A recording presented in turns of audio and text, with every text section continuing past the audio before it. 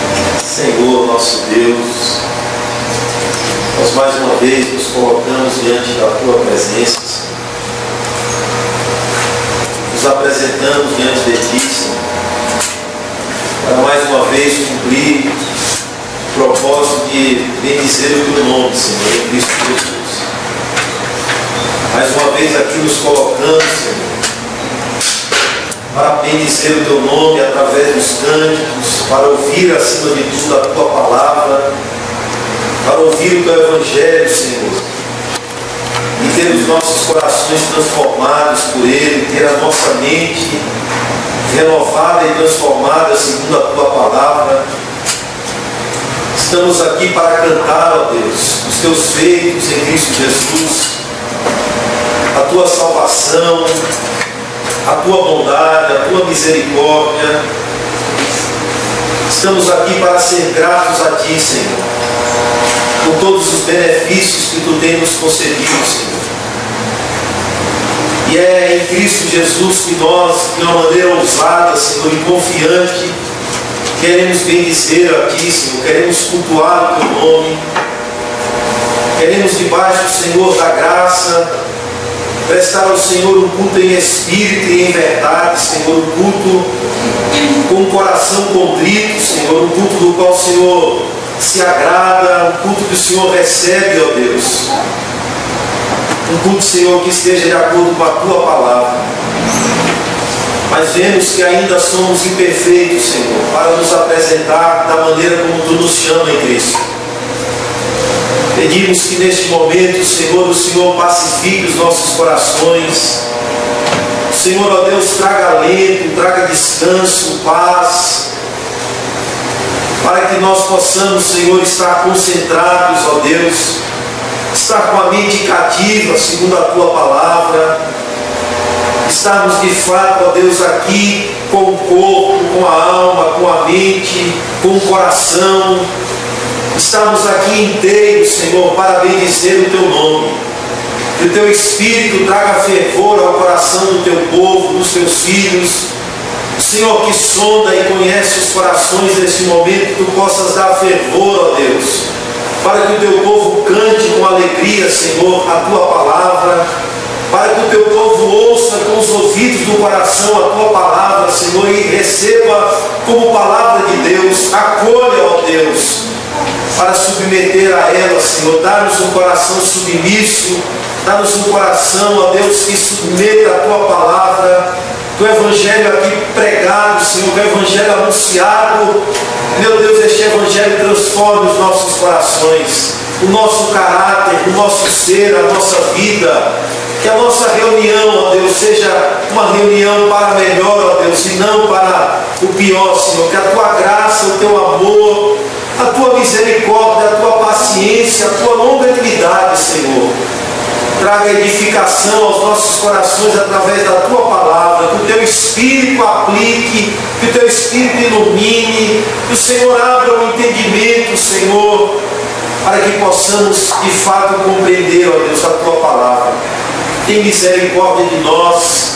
Tua palavra é martelo que esmiuça a penha, é poderosa para esmiuçar e quebrar toda a dureza, Senhor. O Evangelho é poderoso para nos transformar. Ó Deus, que cumpriu em nós, ó Deus, o Teu bom propósito, continua a trabalhar nos nossos corações para que a cada dia mais, ó Deus, possamos ser como Cristo Jesus, o Teu Filho. É o que nós nesse momento, Senhor, te pedimos, te agradecemos, em nome de Jesus.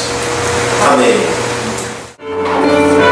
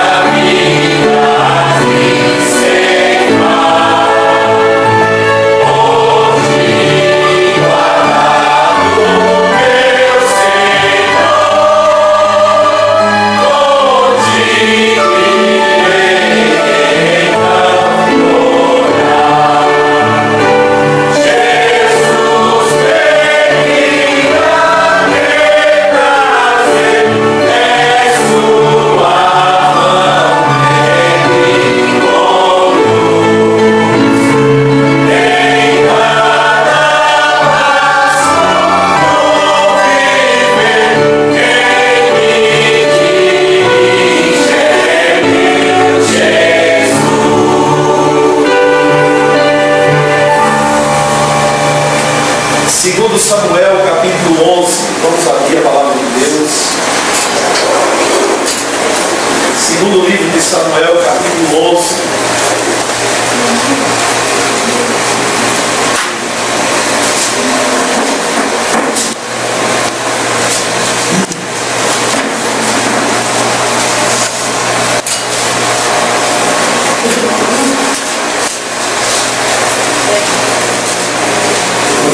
Venceu inúmeras batalhas, perdeu para a cobiça do seu próprio coração. Davi. O capítulo 10 narrou, descreveu a vitória de Davi sobre os amonitas, os sírios, onde havia vencido os filisteus. E agora no capítulo 11, Davi vai perder para a batalha do seu próprio coração. Veremos o texto, capítulo 11 de 2 Samuel. O texto inicia dizendo assim: decorrido um ano, no tempo em que os reis costumam sair para a guerra, enviou Davi a Joabe e seus servos com ele e a todo Israel, que destruíram os filhos de Amon e sitiaram Rabá. Porém Davi ficou em Jerusalém. Uma tarde, levantou-se Davi do seu leito e andava passeando no terraço da casa real. Daí viu uma mulher que estava tomando banho. Era ela muito formosa. Davi mandou perguntar quem era. Disseram: é Batseba, filha de Eliã e mulher de Urias o Heteu. Então enviou Davi mensageiros que a trouxessem. Ela veio e ele se deitou com ela. Tendo-se purificado de sua imundícia, ou tendo-se ela purificado da sua imundícia, voltou para a sua casa. A mulher concedeu e mandou dizer a Davi: estou grávida. Então enviou Davi mensageiros a Joabe, dizendo: manda-me Urias o Heteu. Joabe enviou Urias a Davi. Vindo, pois, Urias a Davi, perguntou este como passava Joabe, como se achava o povo e como ia a guerra. Depois disse Davi a Urias: desce à tua casa e lava os pés. Saindo Urias da casa real, logo se lhe seguiu um presente do rei. Porém Urias se deitou à porta da casa real com todos os servos do seu senhor e não desceu para a sua casa. Fizeram saber a Davi, dizendo: Urias não desceu à sua casa. Então disse Davi a Urias: não vens tu de uma jornada? Por que não descestes à tua casa? Respondeu Urias a Davi: a arca Israel e Judá ficam em tendas. Joabe, meu senhor, e os servos de meu senhor estão acampados ao ar livre. E hei de eu entrar na minha casa para comer e beber e para me deitar com minha mulher? Tão certo como tu vives e como vive a tua alma, não farei tal coisa. Então disse Davi a Urias: demora-te aqui ainda hoje, e amanhã te despedirei. Urias, porém, ficou em Jerusalém aquele dia e o seguinte. Davi o convidou e comeu e bebeu diante dele e o embebedou. À tarde saiu Urias a deitar-se na sua cama com os servos de seu senhor, porém não desceu à sua casa. Pela manhã Davi escreveu uma carta a Joabe e a mandou por mão de Urias. Escreveu na carta dizendo: onde Urias na frente da maior força da peleja e deixa-o sozinho, para que seja ferido e morra. Tendo, pois, Joabe sitiado a cidade, pôs a Urias no lugar onde sabia que estavam homens valentes. Saindo os homens da cidade pelejando com Joabe, caíram alguns do povo, dos servos de Davi, e morreu também Urias o Heteu. Então Joabe enviou notícias e fez saber a Davi tudo o que se dera na batalha. Deu ordem aos mensageiros, dizendo: se ao terminares de contar ao rei os acontecimentos desta peleja, suceder que ele se encolerize e te diga: por que vos chegastes assim perto da cidade a pelejar? Não sabias vós que haviam de atirar do muro? Quem feriu a Abimeleque, filho de Jerubezete, não lançou uma mulher sobre ele do muro um pedaço de mó corredora de que morreu em Tebes? Por que vos chegastes ao muro? Então dirás, também morreu teu servo Urias do Heteu. Partiu o mensageiro, chegando fez saber a Davi tudo o que Joabe lhe havia mandado dizer. Disse o mensageiro a Davi, na verdade aqueles homens foram mais poderosos do que nós. Saíram contra nós ao campo, porém nós fomos contra eles até a entrada da porta. Então os flecheiros do alto do muro atiraram contra os teus servos e morreram alguns dos servos do rei, e também morreu o teu servo Urias do Heteu. Disse Davi ao mensageiro, assim dirás a Joabe, não pareça isto mal aos teus olhos, pois a espada devora tanto este como aquele. Intensifica a tua peleja contra a cidade e derrota-a, e tu anima a Joabe. Ouvindo, pois, a mulher de Urias, que seu marido era morto, ela o pranteou. Passado o luto, Davi mandou buscá-la e a trouxe para o palácio. Tornou-se ela sua mulher e lhe deu à luz um filho. Porém, isso que Davi fizera foi mal aos olhos do Senhor. Amém, irmãos? Se assim. Davi, é para Deus. Senhor Deus, a tua palavra, Deus, é terrível, ao ponto de revelar, ó Deus bendito, as virtudes dos teus servos, mas de não deixar, ó Deus bendito, passar em branco, ó Deus, os pecados deles. E, ó Deus, o Senhor não deixa a tua glória ser manchada pelos nossos pecados. Antes que o Senhor expõe, ó Deus, os nossos pecados. O Senhor faz questão, ó Deus, de mostrar nossas fraquezas, debilidades, que não se mancha a tua santidade, Senhor. Esse texto é tão terrível, ó Deus, a tua palavra, porque ele revela, ó Deus, o quanto nós somos vulneráveis ao pecado, o quanto o nosso coração pode se endurecer, Senhor, e a gente pecar terrivelmente contra o Senhor, contra o próximo. E resolver o pecado, Deus, tentar resolver as consequências do pecado de forma tão fria, Senhor, de forma tão mecânica, achando, ó Deus bendito, que damos conta, ó Deus, das consequências do pecado. Nós queremos, ó Deus, te pedir o nosso clamor aqui nesta noite, Senhor.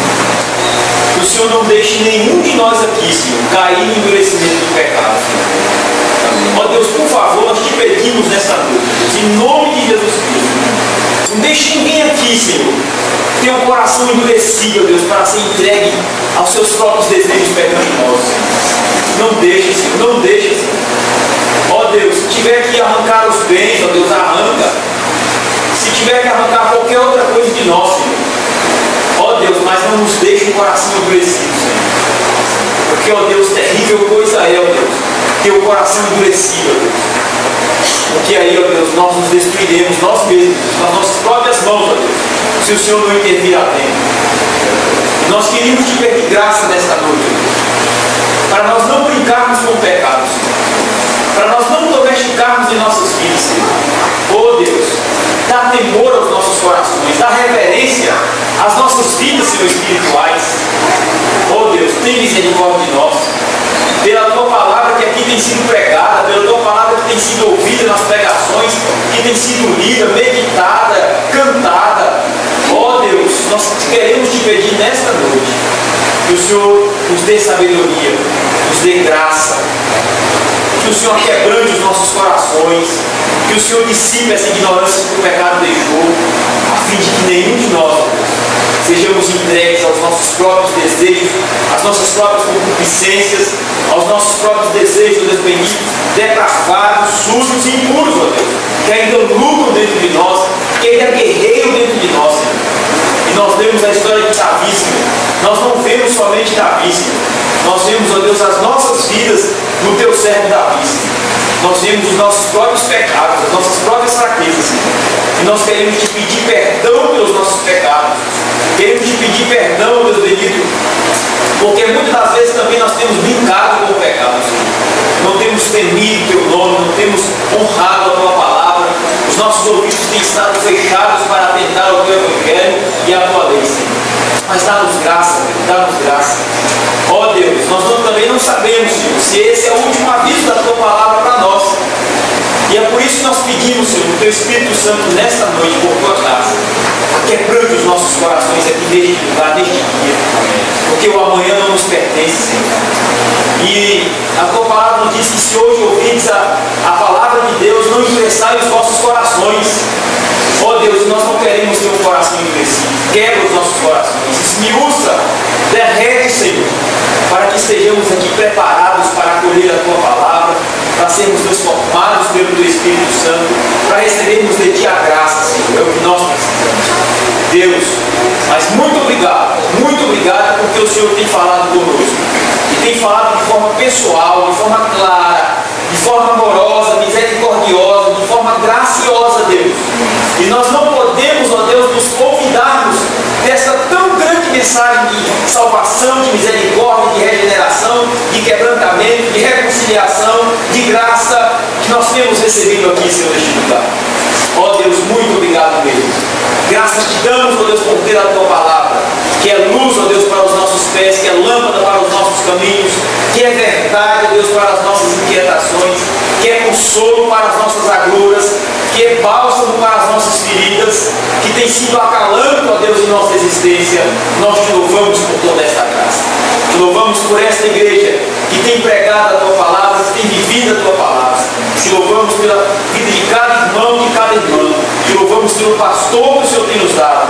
Te louvamos pelas escolas bíblicas dominical. Te louvamos, ó Deus, por cada criança aqui, por cada vida, por cada adolescente, por cada jovem. Graças te damos, graças te damos. Louvamos, ó Deus, por mais um dia na Tua presença. É no nome do Pai, do Filho e do Espírito Santo que te agradecemos por tudo isso, pedindo perdão pelos nossos pecados. Amém e amém. Junto a Ti, 373, ó riqueza inestimável. Junto a Ti, 373.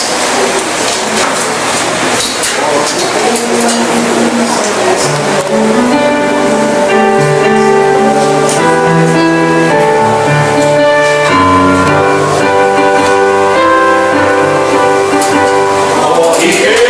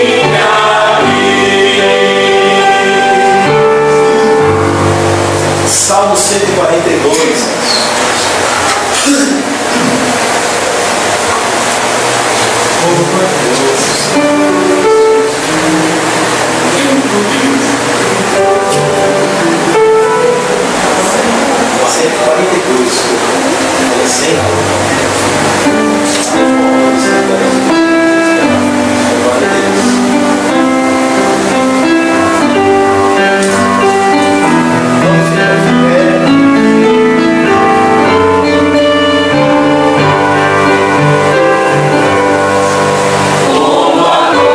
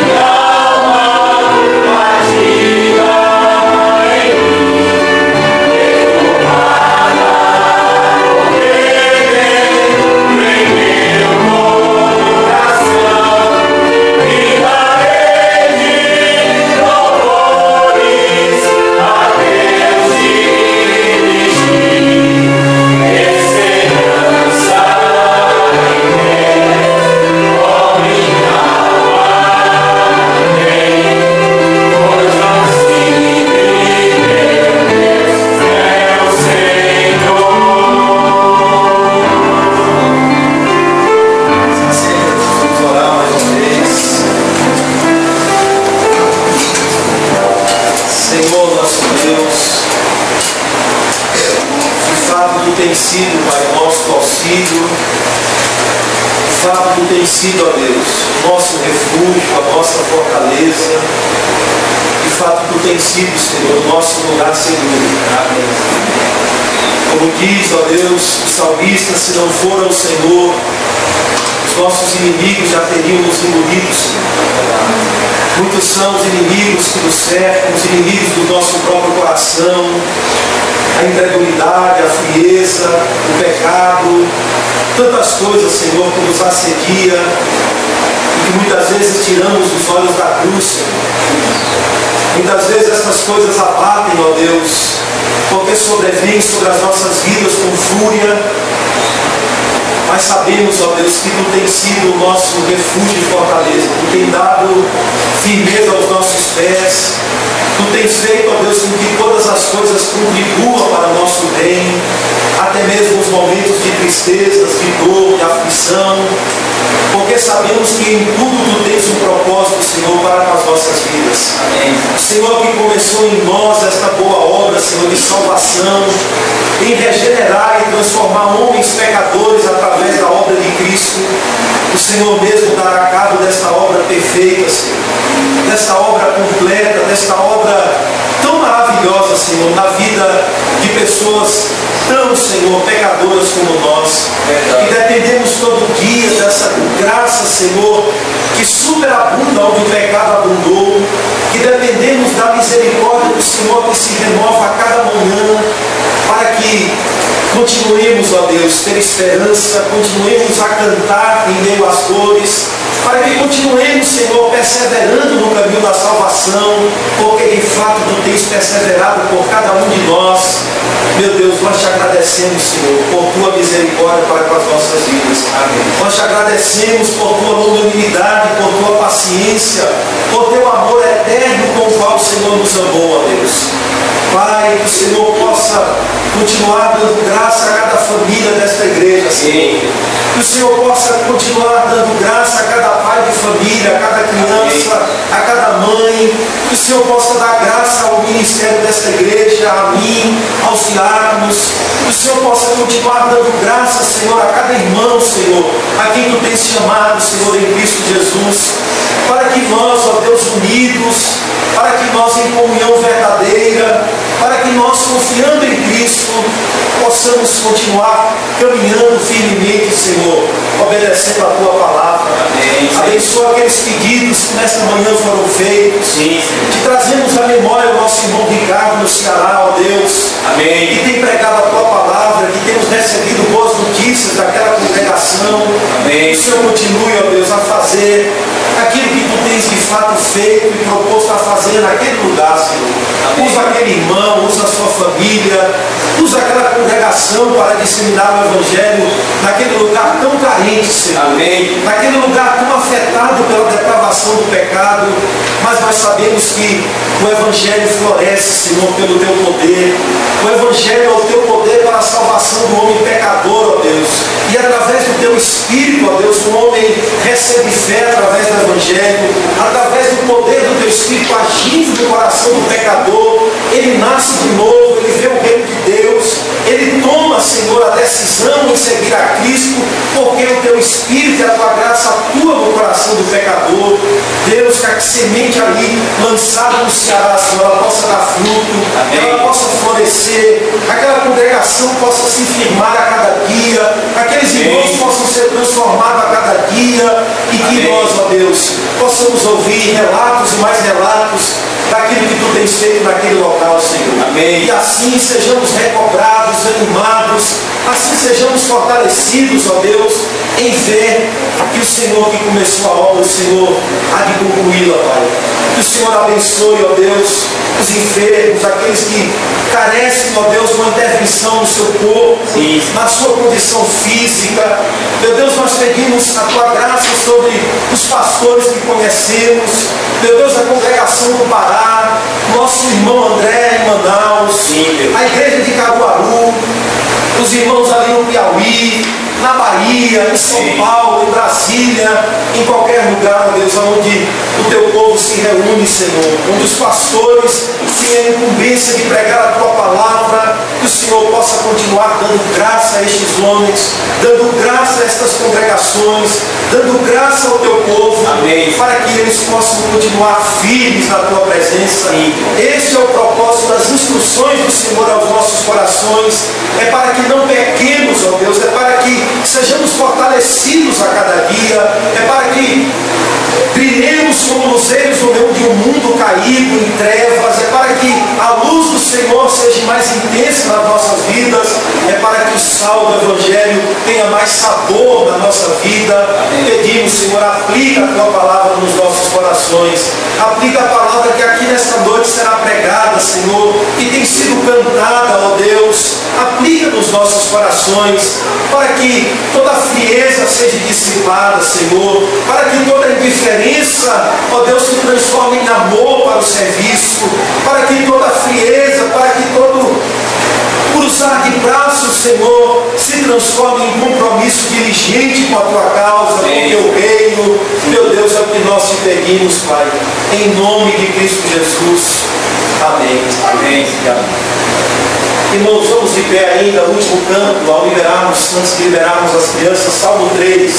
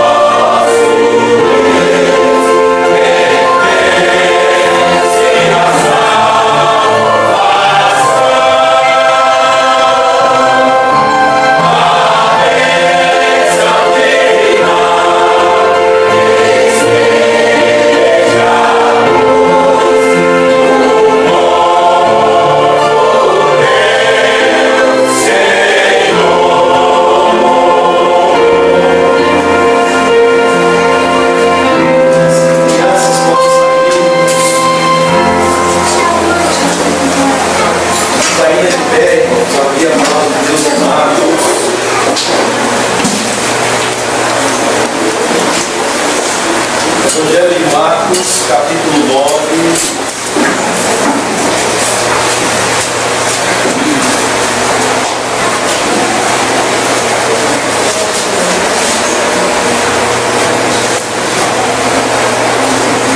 Evangelho de Marcos, capítulo 9.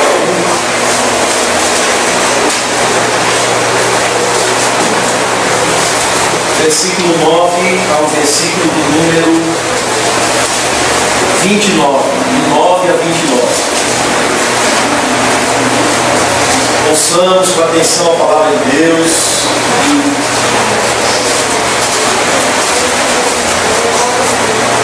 Evangelho de Marcos, capítulo 9, do verso 9 em diante. Eu leio. O texto diz assim: ao descerem do monte, ordenou-lhes Jesus que não divulgassem as coisas que tinham visto, até o dia em que o Filho do Homem ressuscitasse dentre os mortos. Eles guardaram a recomendação, perguntando uns aos outros que seria o ressuscitado entre os mortos. Interrogaram-no dizendo: por que dizem os escribas se é necessário que Elias venha primeiro? Então ele lhes disse: Elias, vindo primeiro, restaurará todas as coisas. Como, pois, está escrito sobre o Filho do Homem, que sofrerá muito e será ajudado? Eu, porém, vos digo que Elias já veio. Fizeram com ele tudo o que quiseram, como a seu respeito está escrito. Quando eles se aproximaram dos discípulos, viram numerosa multidão ao redor. Os escribas discutiam com eles. E logo toda a multidão, ao ver Jesus, tomada de surpresa, correu para ele e o saudava. Então ele interpelou os escribas: que é que discutis com eles? E um dentre a multidão respondeu: Mestre, trouxe-te o meu filho, possesso de um espírito imundo, ou mudo. E este, onde quer que o apanha, lança-o por terra, e ele espuma, brilha os dentes e vai definhando. Roguei a teus discípulos que o expelissem, e eles não puderam. Então Jesus disse: ó geração incrédula, até quando estarei convosco? Até quando vos sofrerei? Trazei-o. E trouxeram-no. Quando ele viu a Jesus, o Espírito imediatamente o agitou com violência. E caindo ele por terra, revolvia-se espumando. Perguntou Jesus ao pai do menino: há quanto tempo isso lhe sucede? Desde a infância, respondeu. E muitas vezes o tem lançado no fogo e na água, para o matar. Mas se tu podes alguma coisa, tem compaixão de nós e ajuda-nos. Ao que lhe respondeu Jesus: se podes, tudo é possível ao que crê. E imediatamente o pai do menino exclamou: eu creio, ajuda-me na minha falta de fé. Vendo Jesus que a multidão concorria, repreendeu o espírito imundo, dizendo: espírito mudo e surdo, eu te ordeno, sai deste jovem e nunca mais tornes a ele. E ele, clamando e agitando-o muito, saiu, deixando-o como se estivesse morto, a ponto de muitos dizerem: morreu. Mas Jesus, tomando-o pela mão, o ergueu e ele se levantou. Quando entrou em casa, os seus discípulos lhe perguntaram em particular: por que não podemos nós expulsar? Respondeu: esta casca não pode sair senão por meio de oração. Amém, Deus, assim.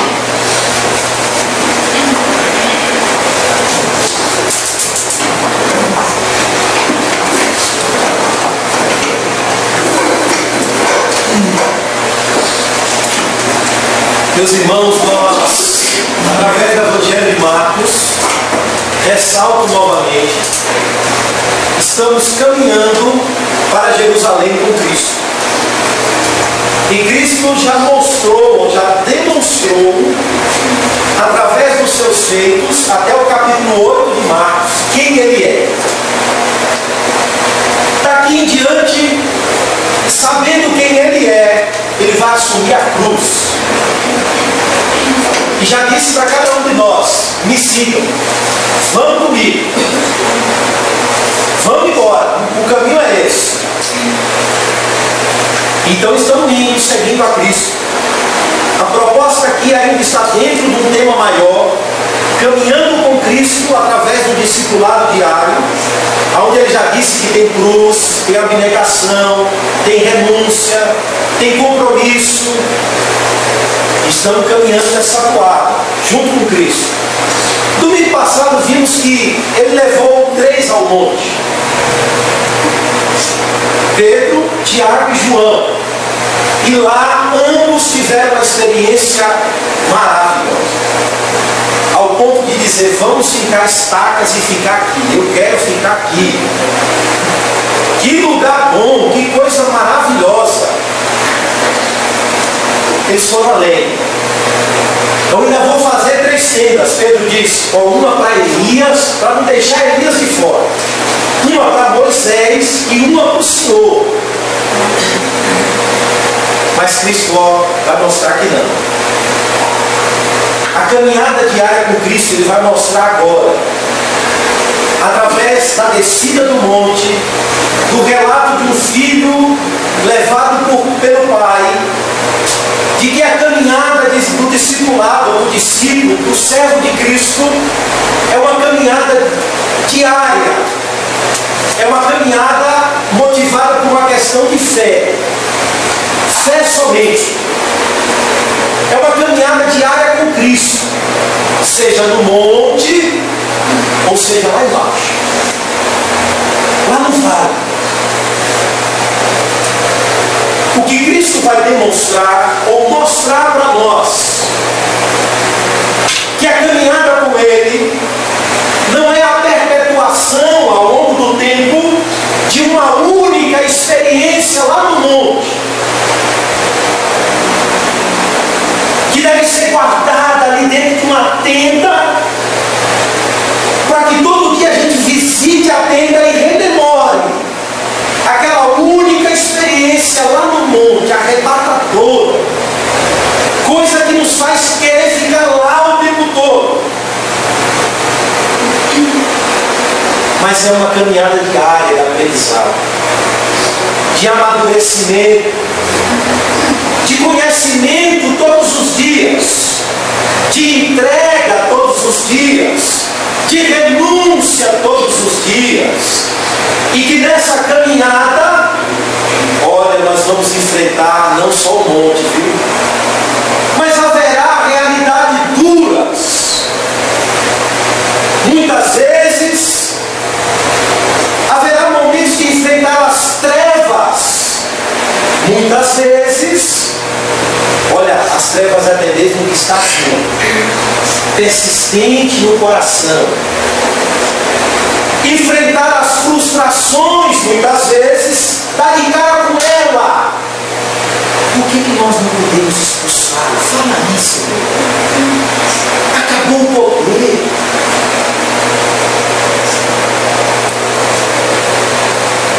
É uma caminhada de fé, não só com base naquilo que temos visto, mas é uma caminhada de fé e obediência com base naquilo que está escrito. E essa caminhada deve ser feita enfrentando as realidades duras, a realidade de que temos que descer do monte, a vida depois do monte, há realidades mais duras depois do domingo. Essa descida precisa ser feita consciente e encarando a realidade e confiando na certeza daquilo que Deus tem feito através de Cristo Jesus. Este é o primeiro ponto. Você precisa descer do monte crendo e obedecendo aquilo que Deus tem feito através de Cristo. É esse o meu filho amado, a Ele ouvi. Nós temos uma natural resistência muito grande para não descermos do monte. E nós veremos ao longo do texto o porquê. Nós queremos que esses momentos maravilhosos se perpetuem. Nós queremos que essa comunhão intensa com Cristo lá no monte, olha, seja perpétua, não acabe mais. A gente até quer aprender essa realidade dentro de uma cabana, numa tenda. Mas não é a tenda do peregrino, do que caminha. Porque a tenda hoje está aqui, amanhã precisa estar ali, porque está caminhando. Nós queremos fincar as estacas da tenda como alguém que tem que permanecer ali. Mas não queremos caminhar na tentativa de enfrentar a realidade dura, crendo naquilo que Deus está fazendo em Cristo. Não que isso seja ruim, eu não estou dizendo que o monte, a comunhão intensa com Cristo, com os irmãos, seja algo ruim. Não é isso que eu estou dizendo. Não é o mal em si mesmo. O pedido de Pedro, analisando superficialmente, parece um pedido de um crente piedoso. Analisando superficialmente, parece um pedido de alguém que tem prazer em estar em comunhão intensa com Cristo. Mas analisando no profundo, ele esquece os que estão lá embaixo. Ele esquece que há outras pessoas que também precisam desfrutar da comunhão com Cristo. Ele pensa nele e nos que estão à sua volta. Irmãos, é tão bom, hein? Quando nós fazemos um evento, a igreja, e convidamos o pastor conhecido, que parece que é de casa, alguém que nós tanto amamos, que temos prazer de estar com ele, conhecido, e ali naqueles dias desfrutamos juntos, irmãos, disposições e mais exposições da palavra de Deus. Muitas delas exposições muito boas, aplicativas, construtivas, instrutivas. Aquilo nos traz profundidade na comunhão. Percebemos o tanto que é bom estarmos juntos ali. O sentimento que nos toma é que aquilo precisa se perpetuar. Que coisa boa. Nossos sentimentos é que aquele retiro não deve jamais acabar. Que aquele domingo, dia do Senhor, lá, naquele lugar, sem enfrentar as tentações e expressões que enfrentamos aqui, não acaba. Que dia do Senhor. Isso não é ruim. Se o desejo for motivado, eu digo, por não querer enfrentar a segunda, há algo que precisa ser investigado. Se o desejo for de não querer caminhar com Cristo como discípulo, confiando no Evangelho e vivendo o Evangelho no mundo, carregando a cruz, enfrentando as trevas do mundo e as trevas do seu próprio coração, negar a si mesmo diante das pressões e tentações, sua motivação é a fuga. Seu desejo não é a comunhão com Cristo. Seu desejo é estar livre daquilo que te pressiona a viver sem Cristo. Isso porque lá no monte, irmãos, todo mundo fica crente. Lá no monte todo mundo fica fiel. Vendo Moisés, Elias, Cristo resplandecente, e tem mais, a voz estridente de Deus: este é o meu filho amado. Lá todo crente treina. Lá você se torna submisso e queremos que façamos 3 tendas. Lá você se torna voluntário. Lá você quer até construir. Repito, sempre após o domingo vem a segunda. Sempre após a descida do monte, sempre nos daremos de frente com os dramas e dilemas humanos causados pelo pecado, e que só Cristo pode tratar.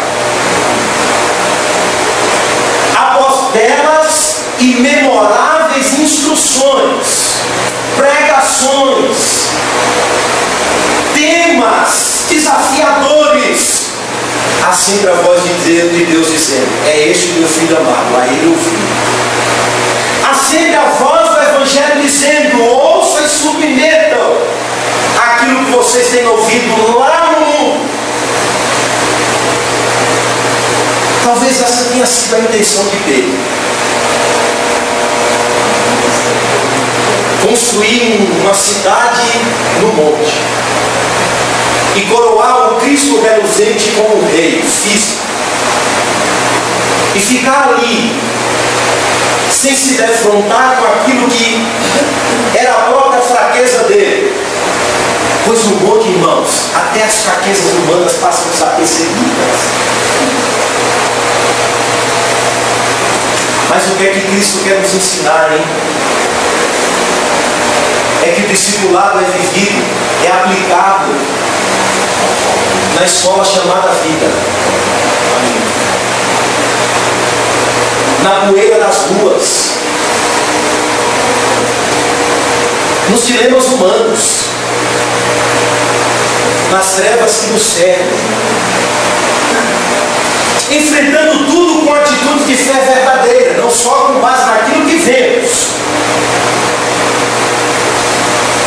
Pois o desafio após a descida do monte era viver com base naquilo que eles estavam ouvindo e sendo instruído a viver, não através da experiência visual arrebatadora.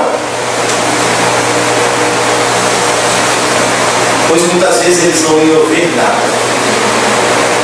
nada.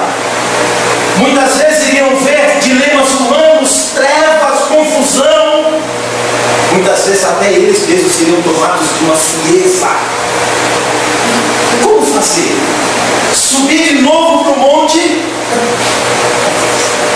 Ou ir em direção a Jerusalém e seguir Cristo? O que Cristo quer deixar claro? Olha, monte e vale faz parte do plano de Deus. Morte e ressurreição faz parte do plano de Deus. Cruz, sofrimento e glória faz parte do plano de Deus. Vocês estão dentro de um plano completo onde Deus está cumprindo os seus propósitos em mim. Em mim. Então, é em mim aonde vocês serão satisfeitos através da minha morte, através da minha ressurreição. Mas as experiências do monte são momentos onde Deus nos proporciona. São alentos do Evangelho, são oxigenações da graça de Deus, para que você entenda mais o Evangelho.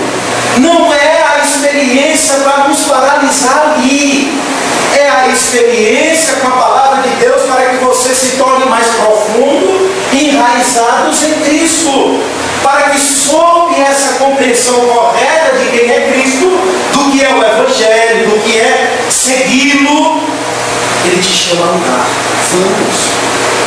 Vamos. Isso porque a mensagem que os discípulos precisam ouvir é uma mensagem que fala de morte e que fala de ressurreição. Eles estavam preocupados somente com Cristo glorioso, com Cristo reluzente, ou com Cristo que assumiria um poder definitivo. Mas quando falavam de morte, de sofrimento, fatalmente as confusões subia a mente de Pedro e dos demais discípulos. Porque havia aspectos ainda confusos na mente deles. Porque para os discípulos, veja, é necessário que Elias venha primeiro. Era um entendimento errado com base em Malaquias. Porque com base na profecia de Malaquias, Malaquias, o judaísmo construiu a interpretação de que antes da vinda do Messias, este Elias viria cheio de poder e iria restaurar todas as coisas. Então, depois da restauração, olha, veja, que Elias iria trazer, esse Messias iria chegar. Tendo tudo restaurado, pronto. Por isso eles estavam ainda confusos. Como morrer? Como tomar a cruz? Como seguir ao Senhor que vai tomar a cruz? Como um rei que tem que assumir a cruz? Isso nós não estamos entendendo ainda, nós queremos um monte. E Cristo vai deixar claro: o correto entendimento precisa passar pela morte e ressurreição. Você precisa entender o que é a morte de Cristo, o que é que ela significou para você, o que ela significa para o seu dia a dia, o que é que ela significa para a sua caminhada cristã, o que é que a morte de Cristo tem a ver com a sua vida, com a sua santidade, com os seus pecados, o que é que a ressurreição tem a ver com a nossa esperança, com a nossa pureza, com a nossa santidade, com a nossa descida do monte.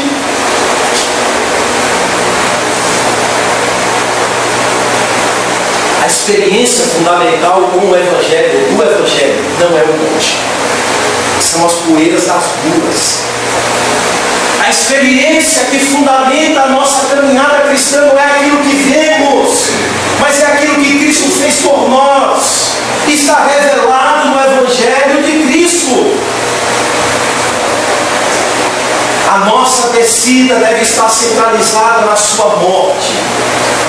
A nossa descida deve estar permeada pela esperança da sua ressurreição.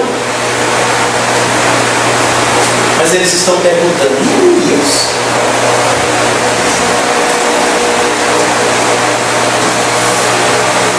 Eles diziam o seguinte: Elias vai restaurar tudo.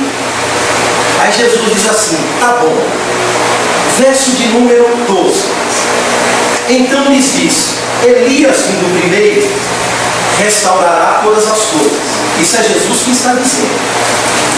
Agora ele coloca uma confusão ainda maior. Como, pois, está escrito sobre o Filho do Homem que sofrerá muito e será aviltado? Ora, se Elias vai restaurar todas as coisas, qual é a necessidade do Filho do Homem morrer e ser aviltado? Aí ele reafirma: eu, porém, vos digo, Elias já veio.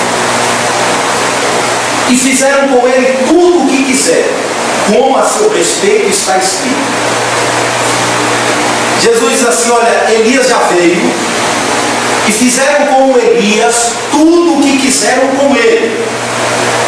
É evidente que Cristo está se referindo a João Batista, que veio na virtude e poder de Elias, preparar o caminho do Senhor. Mas sabe como esse Elias que já veio preparou o caminho do Senhor? As pessoas fizeram com ele tudo o que quiseram. Ele veio preparar o caminho do Senhor, pregando uma mensagem de arrependimento, mostrando para o povo de que é em Cristo onde os pecados deles seriam satisfeitos. Este aí é o Cordeiro de Deus que tira o pecado do mundo. É Ele quem vai restaurar todas as coisas. E importa que Ele cresça e que eu diminua. Ora, se Elias já veio, e ao invés de restaurar todas as coisas, pelo contrário, ele sofreu as consequências de um mundo caído, porque pregou e viveu a vontade de Deus, Elias então fracassou. Um dos discípulos usa: é necessário que Elias venha primeiro. É o mesmo termo que Cristo utilizou para dizer que era necessário que ele sofreria, ou que ele passasse pelo sofrimento, pela morte, pela cruz. Ou seja, os discípulos estão dizendo: é Deus quem está dizendo isso. É Deus quem está dizendo que Elias vem primeiro. E Cristo está dizendo: ele já veio. E vocês estão construindo a vida de vocês com base no falso entendimento de que Elias vai restaurar todas as coisas. Não há Elias e não há nenhum novo Elias. O tempo do Messias chegou. E o Messias vai encarar seu sofrimento, sua morte e vai ressurgir. Ou seja, é em mim que vocês serão plenamente satisfeitos e restaurados. É seguindo a mim. É sendo satisfeito na minha morte, no meu sofrimento e tendo esperança na minha ressurreição. É em mim que Deus está cumprindo e satisfazendo o seu plano, cumprindo as suas promessas. E Jesus enfatiza no final do verso 13: está escrito.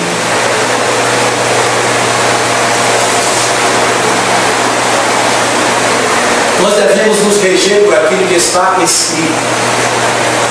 Eu vou chegar lá. Nós estamos caminhando na exposição. Guardem o que eu estou dizendo. Você precisa se reger pelo que está escrito. É através de Cristo que todas as coisas serão restauradas. E está sendo restaurado. Mas isso acontecerá de uma forma plena, num tempo determinado pelo próprio Deus. Mas enquanto isso não acontece plenamente, nós devemos segui-lo, nós devemos obedecer a sua palavra, nós devemos seguir obediente, crendo naquilo que ele fez por nós, na sua morte, na sua ressurreição. Descer do monte é uma atitude de fé que nos faz descansar em Cristo. Descer do monte é saber que nós teremos que enfrentar a dura realidade das trevas ainda. É saber que você vai ter que enfrentar as suas fraquezas, o seu egoísmo, as suas ambições. E negar tudo isso e colocar debaixo da cruz para seguir a Cristo. Descer do monte é ter consciência de que isso vai ser vivido na poeira das ruas. Agora o alento é que fazemos isso descansando plenamente naquilo que Cristo fez por nós. É através de Cristo que seremos restaurados e venceremos as trevas que nos cercam e as trevas dos nossos próprios corações. É através daquilo que Cristo fez que nós estamos sendo transformados diariamente à imagem daquele que é perfeito, Cristo. E é caminhando com Ele. É caminhando com Ele. As experiências do monte devem ser interpretadas através da morte e ressurreição de Cristo. Isso significa que você vai descer do monte para morrer. O velho homem seu morreu com Cristo. Esse velho homem morreu com Cristo. E o novo homem já desfruta da vida da ressurreição de Cristo. Como diz Paulo, se com ele morremos, com ele também reinaremos. Se com ele sofremos, com ele também vamos desfrutar da glória. Pois a vocês não foram dadas a capacidade e a graça de não somente crer, mas padecer por ele. É difícil descer do monte, irmãos.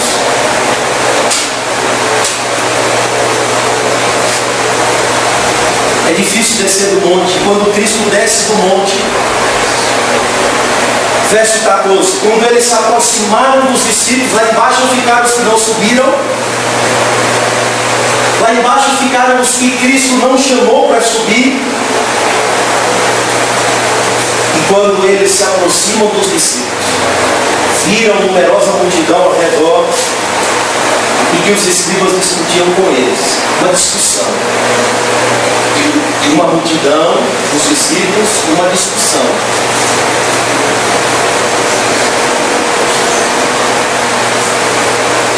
E logo toda a multidão, ao ver Jesus,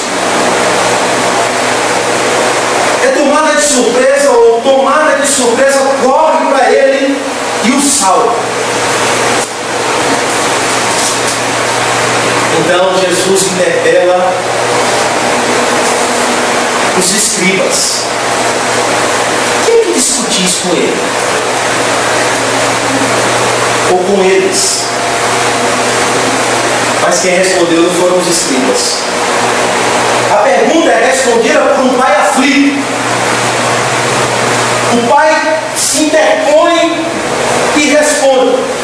Sabe qual é o problema aqui, Senhor? É que eu estou enfrentando um problema com um filho que é tomado por um espírito imundo, e Jesus à frente vai dizer espírito imundo. E esse, quando toma, ele range, ele rola na terra, ele espuma. E eles estão discutindo aí, porque eu roguei aos teus discípulos e eles não puderam fazer nada. Provavelmente os escribas aqui estavam desacreditando ainda mais os discípulos e a obra de Cristo.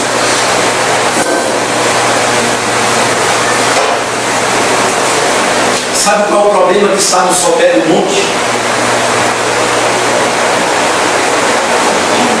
É uma família enfrentando um duro dilema.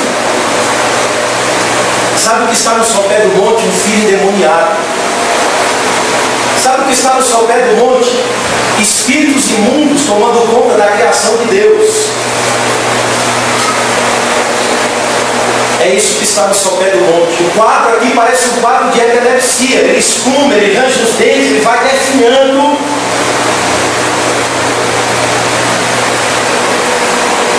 Veja o que nós encontramos.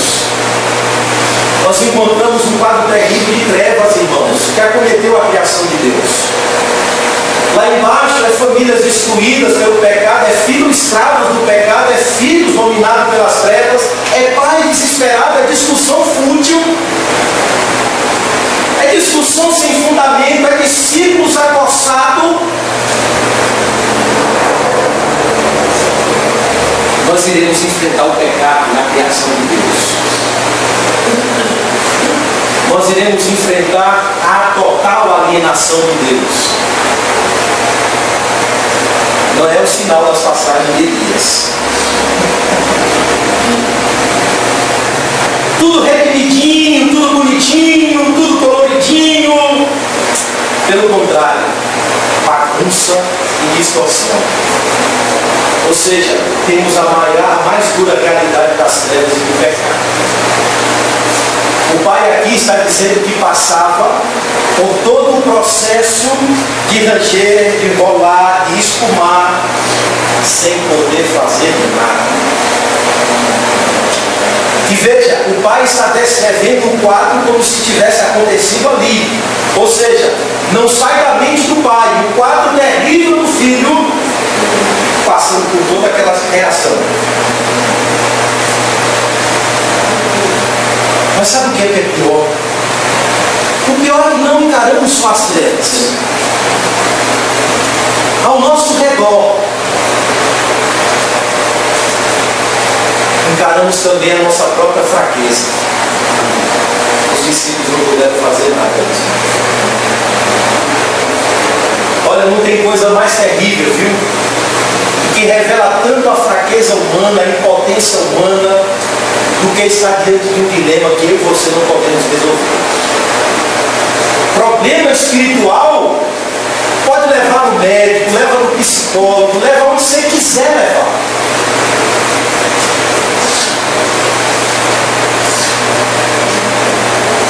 Assim era a condição não só do pai, mas também dos discípulos. Roguei aos teus discípulos, diz o pai, roguei que o expelissem, e eles não puderam.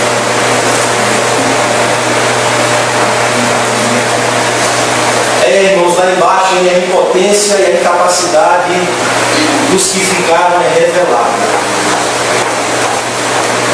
O propósito de toda essa narrativa, eu já disse a vocês, não é demonstrar o poder de Jesus, não é demonstrar quem Jesus é, o que ele veio cumprir, porque ele já curou leprosos lá atrás, já deu vista aos cegos lá atrás, já abriu o ouvido dos surdos lá atrás.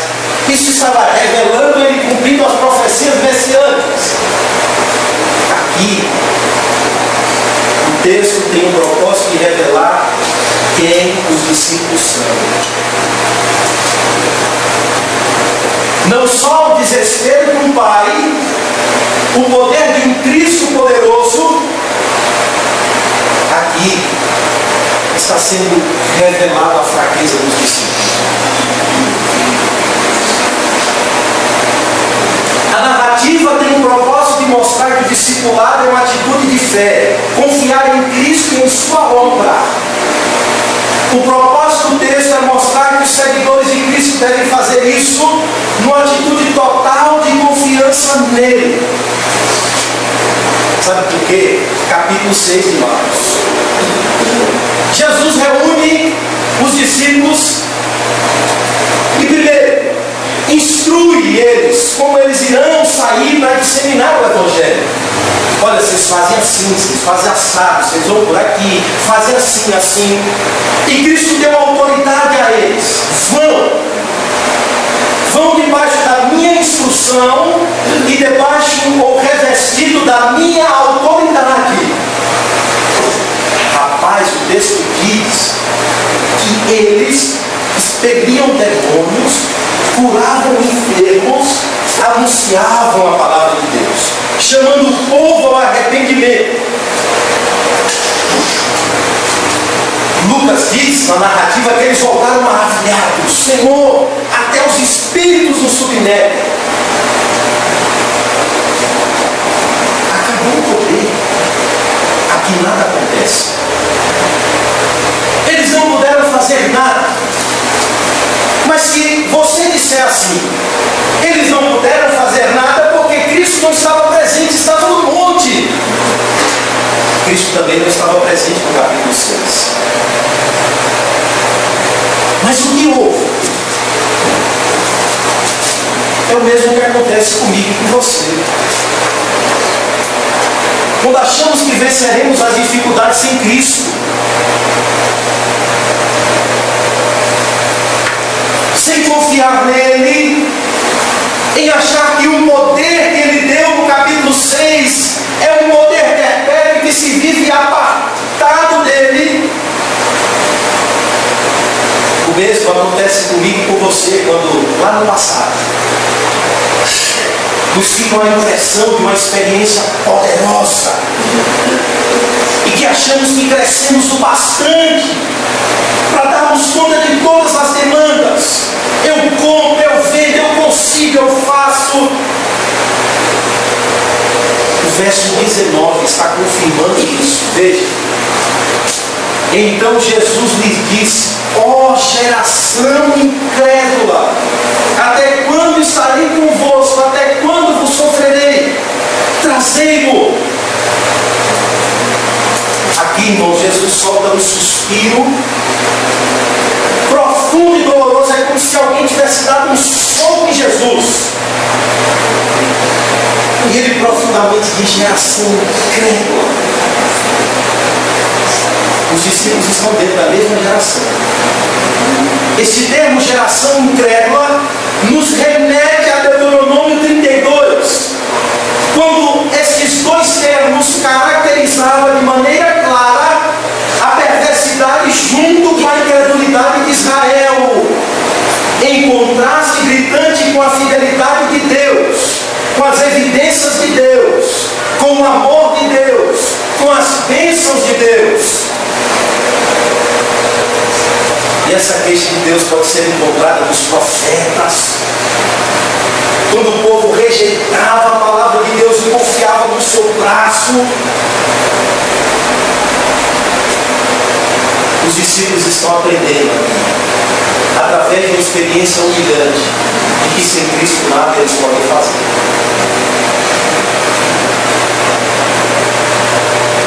Nós precisamos aprender, irmãos, que caminhar como discípulo, avançar nas trevas, é uma questão de graça e fé.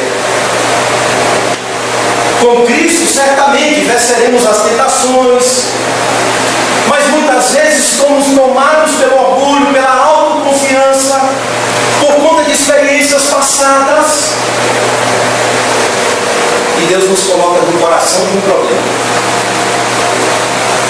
Um problema que fica pertinho do nosso lar, muitas vezes na família, no filho.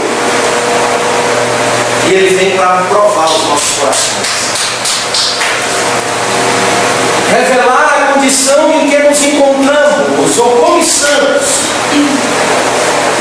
Muitas vezes sem graça, impotentes, vazios. Às vezes temos até condições de discutir com os escribas, discutir temas abrangentes, mas cegos diante das aplicações do Evangelho. Como diz Hebreus, não tendo o coração exercitado pela fé na palavra de Deus. Você vive um dilema entre a cabeça inchada e o coração vazio.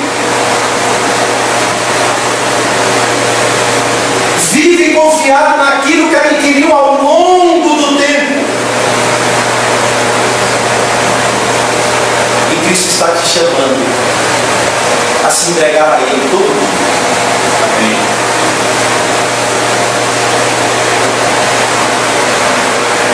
A sua força não vem de você mesmo. Nada do que você tenha, você vai poder se arrogar e bater no peito, e foi você mesmo. Nós somos fracos, incapazes de longe de Cristo resolver dilemas, como o do pai que está levando um filho e roga aos discípulos: faça alguma coisa.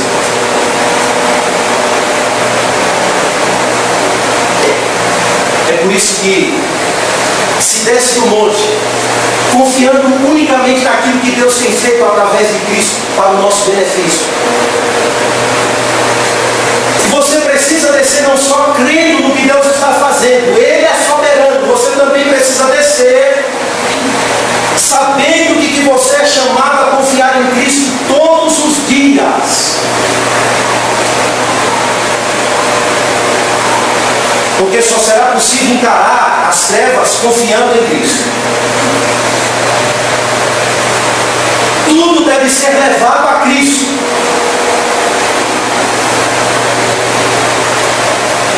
Eles esqueceram, irmãos, que era por causa da autoridade de Cristo e do nome de Cristo que os demônios estavam se metendo lá atrás.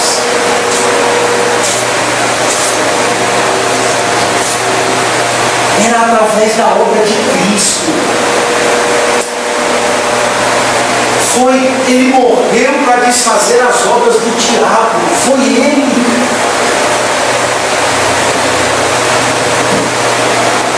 O texto diz que o espírito ou o menino que é levado a Cristo, quando vê, começa as reações do espírito, imediatamente o agitou com violência. Verso 20: caindo ele por terra, revolvido no manto. Perguntou Jesus ao pai do menino: há quanto tempo isso me sucede? Desde a infância. O espírito imediatamente agitou. E caindo por terra, revolvia espumando. Foi a cena que tomou a vida.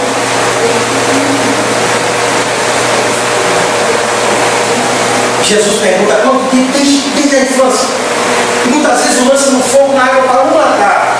Mas se tu podes alguma coisa, tem compaixão de nós e ajuda-nos. Primeiro ponto. Irmãos, nós desconhecemos a real natureza das nossas lutas. Eu não acredito que às vezes, mas acredito que todas as vezes nós nos esquecemos a real natureza das nossas lutas. Melhor, esquecemos da realidade presente das trevas. E nos olvidamos muitas vezes aquilo que o Evangelho está nos dizendo, está nos ensinando. Veja a pergunta de Jesus ao pai do menino: há quanto tempo isso lhe sucede? Ele respondeu: desde a infância. Eu te pergunto, isso não te diz nada? Esse menino está possesso desde menino, desde garotinho, é o que o termo diz. Isso não te diz nada.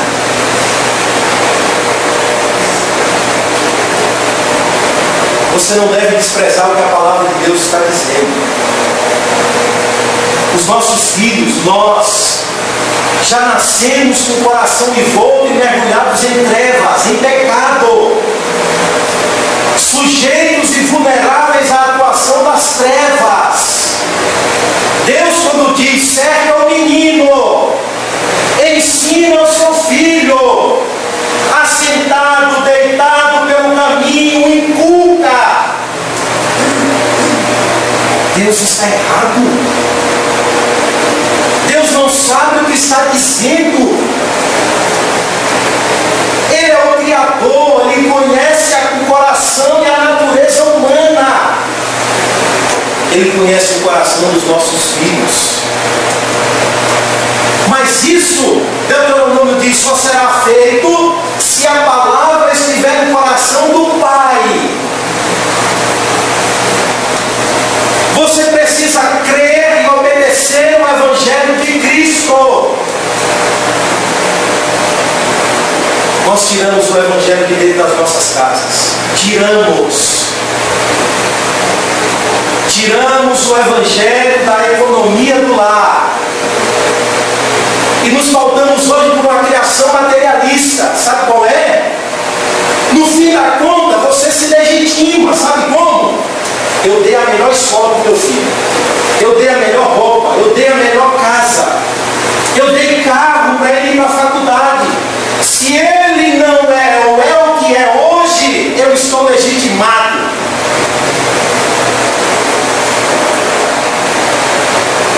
Nunca pregou o Evangelho do Filho. É o que disse hoje pela manhã. Sempre usou a igreja para educar os filhos no princípio do Evangelho. Deuteronômio não diz isso. A bola está com você, pai. A bola está com você, mãe. Desde quando esse menino está assim? Desde garotinho. Um meninozinho bonitinho. E o pai diz assim muitas vezes: o lança no fogo, na água, para o matar. Irmãos, o diabo veio para destruir a imagem de Deus no homem. Viu?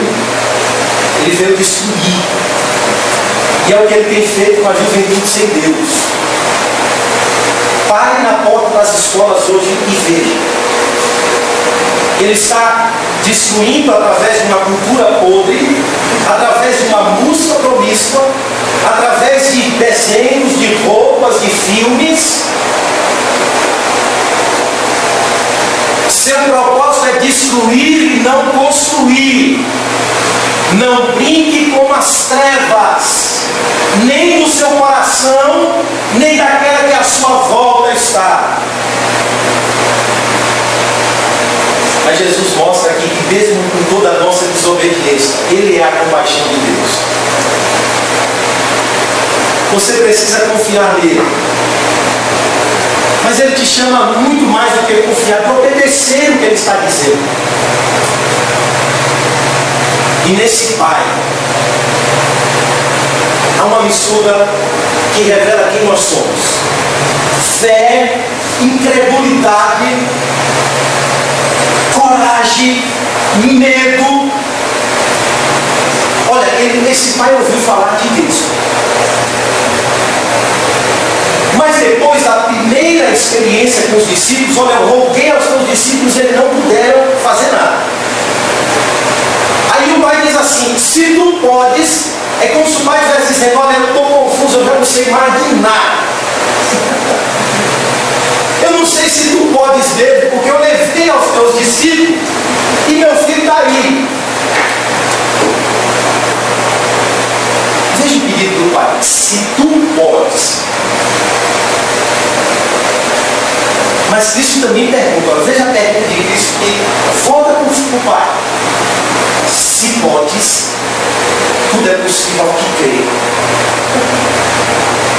Eu pergunto, Jesus não sabia a condição do coração do Pai? Sabia.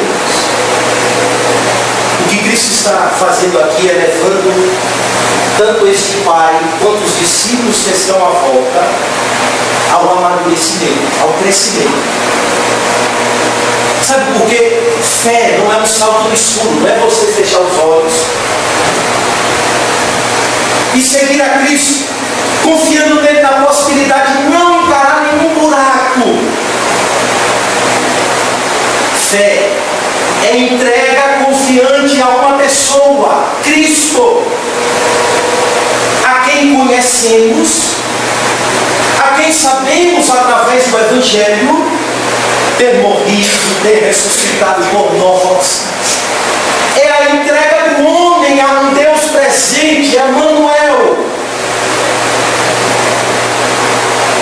Esse homem ouviu falar de Cristo.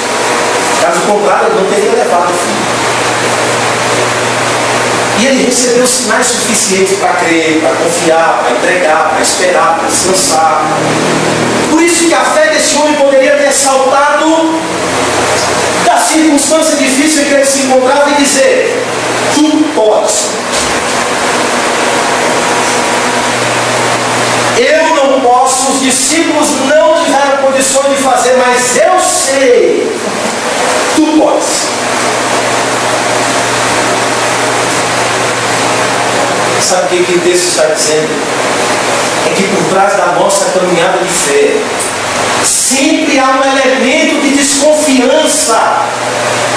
Que condição, se tu podes, que reservas. Cristo está nos chamando: tome a cruz, me sigam, busque o meu reino. E nós estamos dizendo: eu vou, mas eu vou segurar aqui dentro desse jornal algo que me trará segurança. Caso Cristo fale, caso tu, não sei, será que tu podes? Se o Senhor não puder, eu tenho a segunda opção no bolso.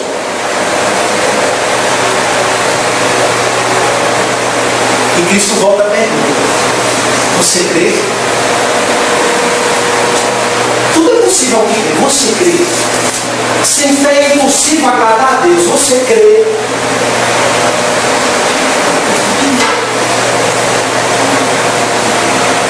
E o pai então grita: eu creio, Senhor, ajuda na minha incredulidade. Irmãos, Cristo quer te levar a gritar, a que você se enxergue, que você veja a sua condição. Senhor, eu creio desconfiando. Senhor, eu creio, mas eu não consigo largar aquilo que me proporciona tanta segurança. Eu não sei.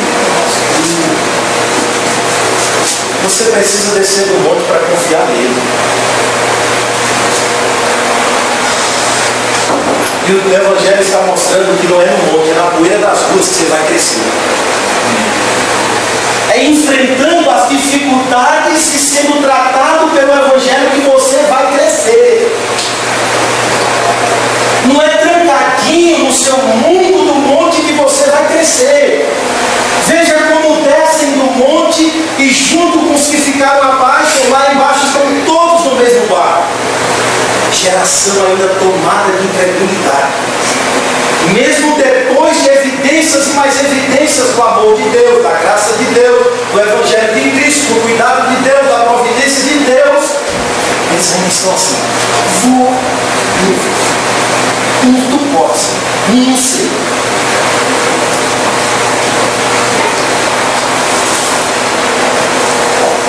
Eu pergunto: você não tem motivos suficientes para dizer tu podes? Tu não tem motivos suficientes para dizer eu sei que tu podes?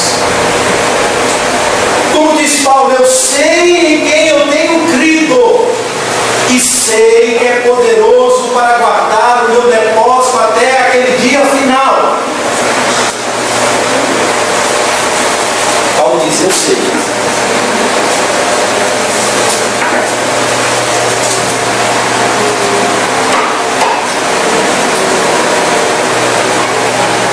É descer do monte e confiar naquilo que Cristo pode fazer. Imediatamente, verso 24, o pai do menino exclamou, está entre colchetes com lágrimas: eu creio, ajuda-me na minha falta de fé. Irmãos, por mais que às vezes amadurecemos, sempre haverá falta de fé. Ou por mais que você cresça, sempre haverá mais possibilidades de crescimento.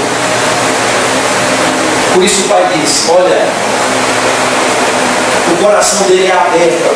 Se eu creio, ajuda na minha falta de fé. Minha fé é pouca, é pequena. E o verso 25 diz que a multidão concorria e repreendeu o espírito imundo, dizendo, espírito mudo e surdo, eu te ordeno, sai deste jovem, nunca mais tornes a ele. E ele, clamando e gritando muito, saiu, deixando-o como se estivesse morto, a ponto de dizerem, morreu. Agora você imagina a condição do pai, agora ele mergulhou. Se ele diz, tu podes, quando vê o menino caído, o povo dizer, morreu, acabou. Irmãos, Deus sabe curar o nosso orgulho. Deus sabe curar a nossa autoconfiança. Deus sabe curar o nosso medo. E muitas vezes ficamos, como é que Deus trata assim? Como é que Deus muitas vezes mergulha a gente dentro do nosso próprio ser, assim, ao ponto que lá na lona, poxa, eu trouxe meu filho, ele ainda revolvia quando eu trouxe. Ele ainda gritava, agora está prostrado, morreu. Mas aqui é a imagem de alguém morreu para ressurgir para uma nova vida com Cristo. Amém. Jesus o toma pela mão e ergue, e ele se levantou. Acho que o pai do coração do pai diz assim, descansou, né?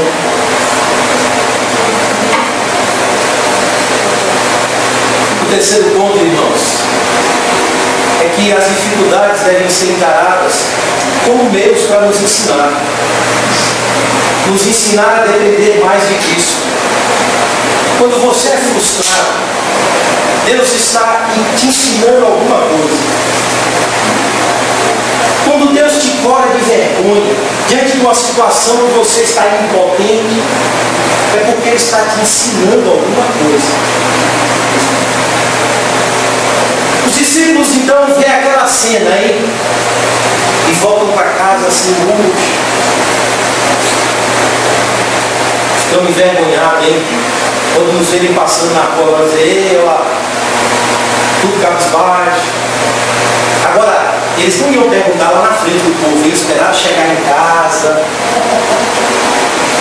para lá no particular dizer, o que aconteceu isso?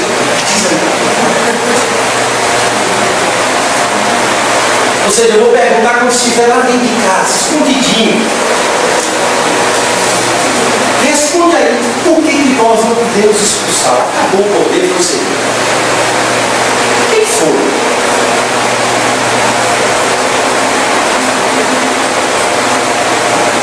Aí voltam todo mundo envergonhado. Será que não existe uma técnica de consumo? Será que não existe uma fórmula mágica a qual o Senhor não nos ensinou? Jesus vai dizer bem claro, a resposta de Cristo vai dizer, sabe qual é o segredo? Confiar em mim. A resposta de Cristo é, esta casca não sai a não ser através da oração. Agora aqui temos que tomar cuidado para não interpretar errado. Casca aqui não é um tipo de um demônio superior ou uma legião poderosa que o homem ele precisa aprender uma oração poderosa, específica para aquele demônio.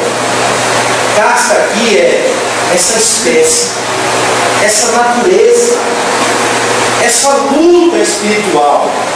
Ela só vai sair através de oração. Mas também não é uma oração. Jesus aqui não está especificando, ele está generalizando aqui. A resposta de Cristo é bem curta e objetiva. É através da oração. O primeiro ponto que Jesus ensina é, olha, diante dos dilemas, a fé precisa ser fé e Deus precisa ser Deus. E a resposta é essa. Fé é fé e Deus é Deus. Vocês precisam reconhecer e aprender com as frustrações e que sem mim nada podeis fazer. Vocês precisam aprender de que não é a capacidade própria, não são as técnicas, não são aquilo que vocês têm de capacidade que irá proporcionar a vocês a capacidade de lidar com essa casca. Eles pensaram assim, olha, Ele nos deu poder lá atrás. Nós não precisamos mais de Deus. Ele não nos deu poder lá atrás para lidar com os espíritos imundos, anunciar o Evangelho, trazer resultados. Senhor, fica aí agora, ora com a gente. Cristo está dizendo, não existe vitória automática. Discipulado é todo dia. Não há graça sem vida de fé e oração diária. Imagine você, ó, com um poder muito poderoso longe de Deus, debaixo do seu controle, onde você fazia o que você queria. Eu pergunto, isso é a mesma coisa ou não é a mesma coisa do que dispensa a incredulidade? É a mesma coisa. O que a gente quer fazer é guardar o pão de hoje para amanhã. É por isso que você não quer descer do monte, porque você ainda confia no seu coração, nos seus recursos. Deus diz a Moisés, Moisés diz ao povo que eu vou dar pão que vai descer do céu. Mas diz ao povo que não guarde para o dia de amanhã, exceto na sexta-feira, que eu vou mandar 2, um para sexta e um para o sábado, para que o povo não tenha o trabalho de sair. Primeiro dia, guardaram, deu bicho. Deus diz, vocês são incrédulos, eu estou dizendo que amanhã tem mais. Olha, eu e você queremos confiar e desconfiar. É assim que nós queremos caminhar. Seja sincero. Você quer confiar e desconfiar. Você quer um poder para resolver os seus problemas, mas longe de Cristo.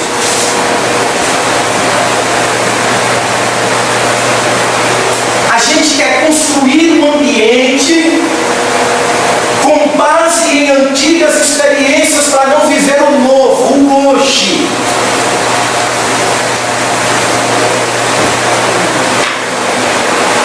Deus vai de encontro. E muitas vezes nos frustra de coragem e vergonha. Sabe para quê? Para você aprender. É que hoje ou amanhã Ele vai cuidar. Basta cada dia o seu mal. Que discipulado é um viver diário que se confia em Cristo. Discipulado é uma entrega diária aonde você confia em Cristo, obedecendo a sua palavra, as suas instruções, os seus mandamentos, esperando a provisão de Deus. E oração aqui, irmãos, nada mais é do que a fé ao espelho. A fé sendo levada a resultados práticos. A fé leva alguém a orar, leva alguém a buscar a Deus, a confiar em Deus, a entregar os seus caminhos ao Senhor. É simples, quando você não ora, você está revelando que você não precisa do Criador. Quando você não ora, é como se você estivesse dizendo que Deus não existe. Jesus ensina no Pai Nosso simples. Pai nosso, venha sobre nós o teu reino, seja feita a tua vontade, assim na terra como no céu. O pão nosso de cada dia dai-nos hoje. Perdoa as nossas vidas, assim como temos perdoado a quem nos tem ofendido, e não nos deixe cair em tentação, porque teu é o poder, o reino e a glória. Oxi, o Pai Nosso entrega ou mostra alguém se entregando aos cuidados de Deus. É reino, é Pai, venha, dá todo dia, nos livre do mal.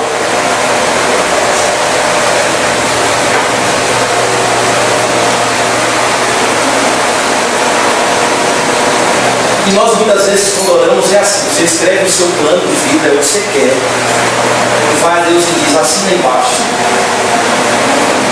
é o que eu quero. Cristo já nos ensinou: Pai, todavia não seja feito o que eu quero, mas sim o que tu queres, Senhor. E ninguém mais sofreu com as trevas do que o próprio Cristo, que foi perfeito em tudo, obediente em tudo, sofreu ao ponto de no Getsemane agoniar em suas gotas de sangue, mas ele disse: eu devo me submeter à sua vontade, Pai. E você quer ser Senhor da sua própria vida? Eu tenho visto que as frustrações são os recursos de Deus para nos disciplinar, e que ela traga resultados bons para a minha e para a sua vida. Você aprenda diariamente com o Evangelho de que sem Cristo nada você pode fazer.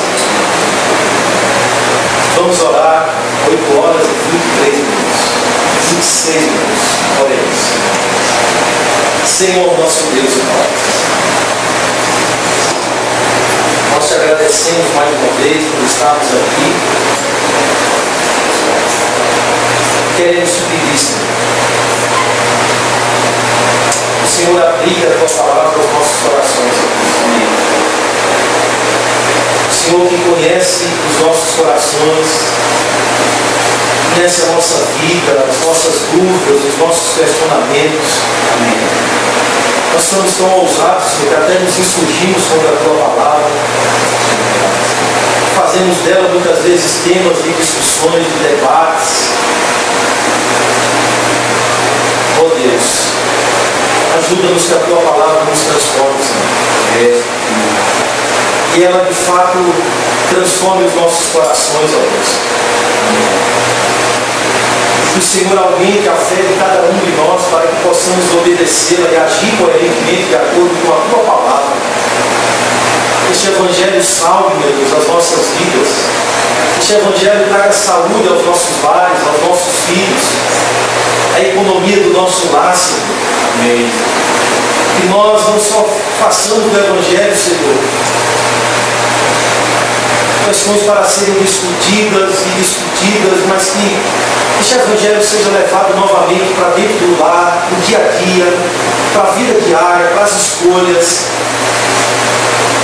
E que a fé, ó Deus, alimentada pela tua palavra, nos leve a orar, a buscar a tua face, Senhor, a confiar em ti todos os dias, a nos deleitar na oração, Senhor, na comunhão com o Senhor, a encarar as trevas do nosso próprio coração e do dia a dia com obediência ao teu Evangelho, negando a nós mesmos, Senhor, subjugando a nossa natureza ainda persistente, caída, e ainda tenta se insurgir contra a tua palavra. Que nós, ó Deus, com o fruto do teu Espírito, que é o domínio próprio, possamos negar todo aspecto ainda pernicioso em nossas vidas para servir ao Senhor, para seguir a Cristo, confiando naquilo que o Senhor fez por intermédio dele em todas as nossas vidas, confiando em Cristo somente, aprendendo com as frustrações do dia a dia, Senhor, sabendo que todas as coisas vão de cooperar para o nosso bem, vão de cooperar para o nosso crescimento, para o nosso aprendizado. Nos ensina, ó Deus,